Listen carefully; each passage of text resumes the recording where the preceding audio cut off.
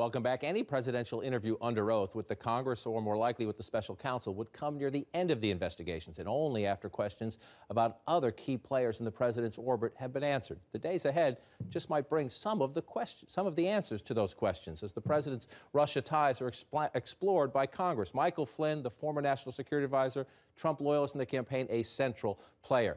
He took money, made trips to Russia, had multiple contacts with the Russian ambassador. After initially saying no, Flynn has now turned over hundreds of pages of documents to the congressional investigators. They are pouring through those. Flynn, of course, was forced to resign. Another central player, the president's son-in-law, Jared Kushner. A number of conversations with the Russians in 2016, not disclosed on the form when he applied for security clearance. That's one of the reasons congressional investigators are curious. His lawyer says he has nothing to hide, and Mr. Kushner now planning to meet with the Senate Intelligence Committee staff, that part of the process that eventually will get him to answer questions from the committee. So progress on that front. Jeff Sessions, as we noted, central to all of this, met at least twice with the Russian ambassador in 2016. Again, he did not disclose those meetings on his forms applying for a security clearance. He recused himself from any Russian investigations, yet somehow took a prominent role in firing the man leading the Russia investigation, the FBI director, James Comey. His congressional testimony is Tuesday. We don't know the question of whether that's public or private, and that's an important one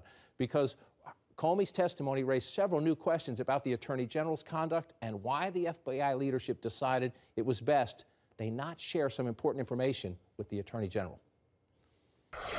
What was it about the Attorney General's own interactions with the Russians or his behavior with regard to the investigation that would have led the entire leadership of the FBI to make this decision? Our judgment, as I recall, was that he was very close to and inevitably going to recuse himself for a variety of reasons.